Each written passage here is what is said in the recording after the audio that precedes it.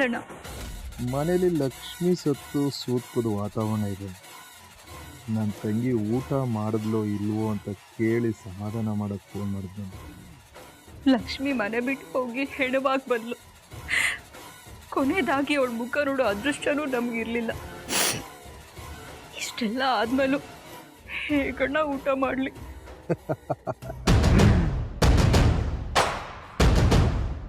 ಅದಕ್ಕೆ ಹೊಟ್ಟೆ ತುಂಬ ಹಾಲು ಕುಡ್ದೆ. ನಾನು ಅಷ್ಟೇ ಅಮ್ಮ, ಹೊಟ್ಟೆ ತುಂಬ ಹಾಲು ಕುಡಿದು ನೆಮ್ಮದಿಯಾಗಿದ್ದೀನಿ. ಇಷ್ಟು ಬೇಗ ನೆಮ್ಮದಿಯಾಗಿದ್ಬಿಟ್ರೆ ಹೇಗಣ್ಣ? ಇನ್ನೂ ನಾವು ಮಾಡಬೇಕಾಗಿರೋ ಕೆಲಸ ಬೇಕಾದಷ್ಟಿದೆ. ನಾನು ಅಂದ್ಕೊಂಡಿದ್ದಾದ್ರೇ ನನ್ನ ಎದೆಯಲ್ಲಿ ಉರಿತಾ ಇರೋ ಬೆಂಕಿ ತಣ್ಣಗಾಗೋದು. ಆನೆನೆ ಹೊಡೆದು ಊತಾಕಿದ್ದಾಯ್ತು. ಇನ್ನು ಗುಬ್ಬಚ್ಚಿಗಳ ಬಗ್ಗೆ ಯಾಕಮ್ಮ ಯೋಚನೆ ಮಾಡ್ತೀಯ?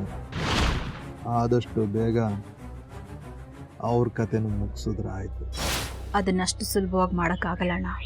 ನೋಡಮ್ಮ ಮೀರಾ, ನೀನೇನಾದರೂ ಮಾಡು, ಆದರೆ ಅವ್ರುಗಳ ಮುಂದೆ ಕಣ್ಣೀರಾಗ್ತಾ ಊಟ ಬಿಟ್ಟು ನಿನ್ನ ಆರೋಗ್ಯನ ಮಾತ್ರ ಕೆಡಿಸ್ಕೋಬೇಡ.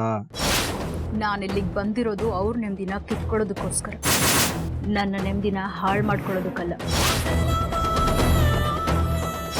ನೀನೇನು ಯೋಚನೆ ಮಾಡಬೇಡ. ಎಲ್ಲಿ ಯಾವಾಗ ಏನು ಮಾಡಬೇಕು ಅನ್ನೋದು ನನಗೆ ಚೆನ್ನಾಗಿ ಗೊತ್ತು. ಸರಿ ಮೀರಾ, ಏನಾದರೂ ಇದ್ರೆ ಫೋನ್ ಮಾಡಿ. ಆಯ್ತು.